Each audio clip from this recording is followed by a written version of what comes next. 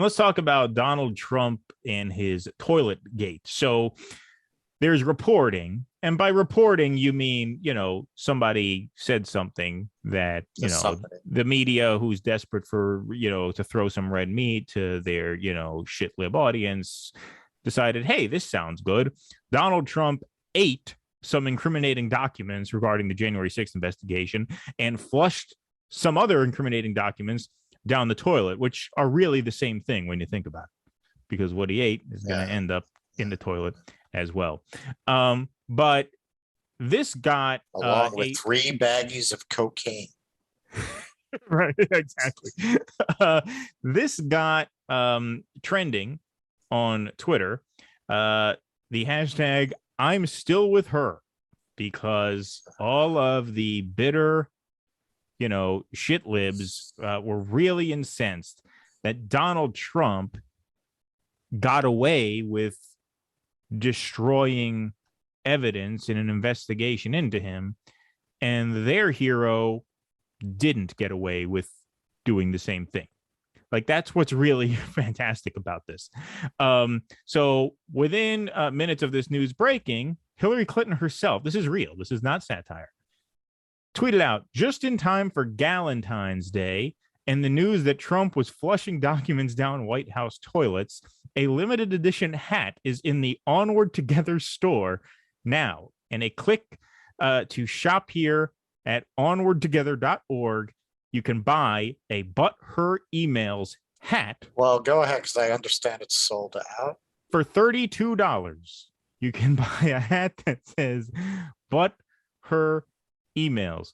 Now, the thing that's just remarkable about this is, like, the people who worship this woman and are to this day traumatized by the fact that she did not win the presidency. I looked through those tweets a little bit, the response to that. I mean, it's just amazing. It's just absolutely Thank you amazing. for everything you've done for women in this country.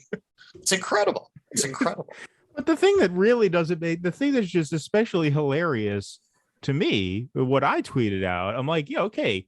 For those of you who are tweeting, like, yeah, you're still with her. Like, your point is what? That you also worship a criminal who destroys incriminating evidence against her? Because that's what Donald Trump did, according to these reports. Well, but that's what she did. They'll never see it that way. They'll see it as she did some house cleaning of her emails, and this is all a witch hunt. Yeah, this right. is all just one more example of the persecution of Hillary Clinton.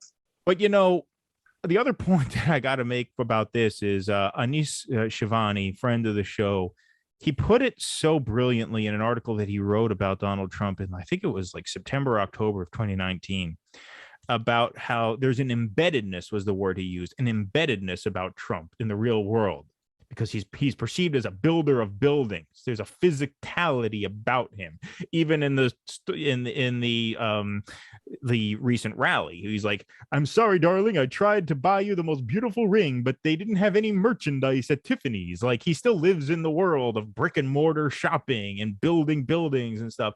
And there's something that I think people connect with on a psychological level about that, as opposed to like all these other like little technocrats and functionaries of like a completely digital, online, intangible world.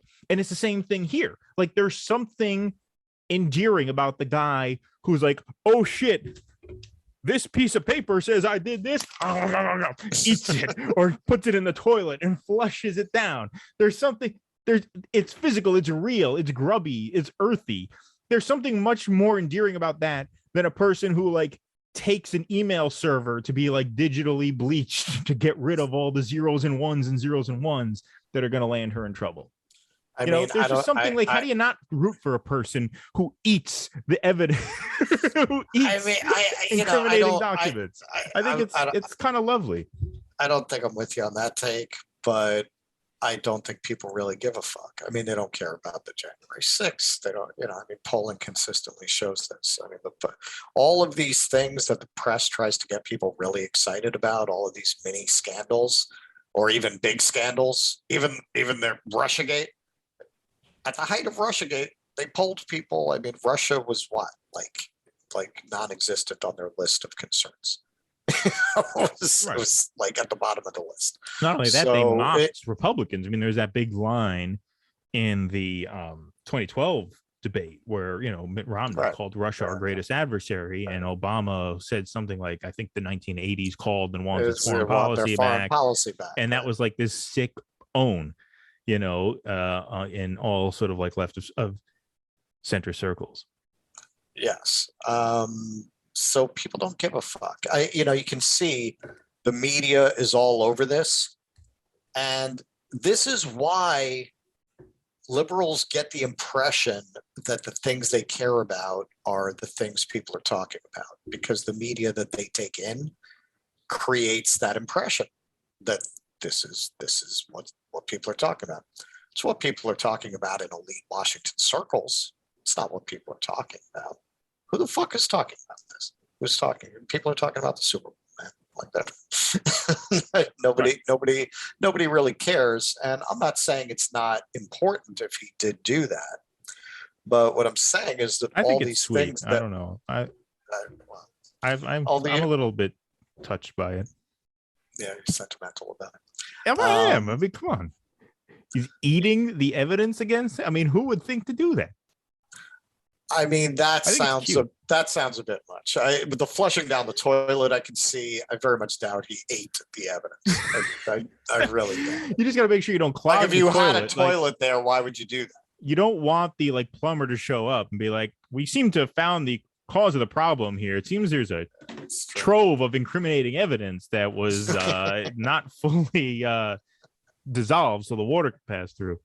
I mean, really though.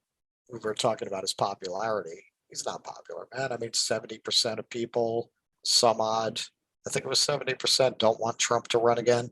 That's around the same for Biden. Yeah. Right. And even among Republicans, 50% of Republicans don't want Trump to run.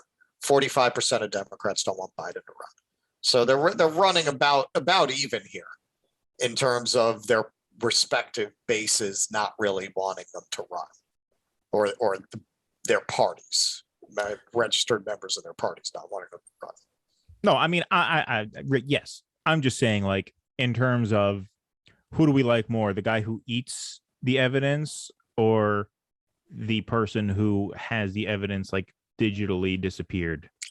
I mean, the Clintons, I think the guy who eats the evidence is more likable, not because he's a man. I mean, it's a very leper with the most fingers contest, though. Yeah, I guess so. I mean, I don't know. You don't seem as moved by this as I am. But anyway, let's get into our third. Did this happen to an uncle of yours? Was an uncle busted for writing hostage notes? A family story. Yeah. But I'm yeah. I mean, look, the flushing down the toilet. It's funny. It's great. It's comical. I mean, it's like slapstick. It's like something like the Three Stooges would do, or like. Yeah, well, I'll give you that. Yeah, yeah. It's very like old school, like broad slapstick 40s black and white comedy. There's a nostalgia about it. Well, I mean, I always say Trump's speech is a very borscht belt to me. Yeah, exactly. Exactly. Like that whole merchandise speech was very borscht belt. Yeah, exactly. Absolutely. Thank you, everybody, for watching. If you enjoyed this video, please subscribe wherever you saw it, on YouTube, on Rumble, or on Facebook. We have channels on all three of those platforms. Also, consider helping us create more content by becoming a member at patreon.com/do-dissidents, or on Facebook, where you can become a supporter right through our Facebook page and get bonus content every week, as well as call-in access to our live stream shows. Thank you very much for your continued support.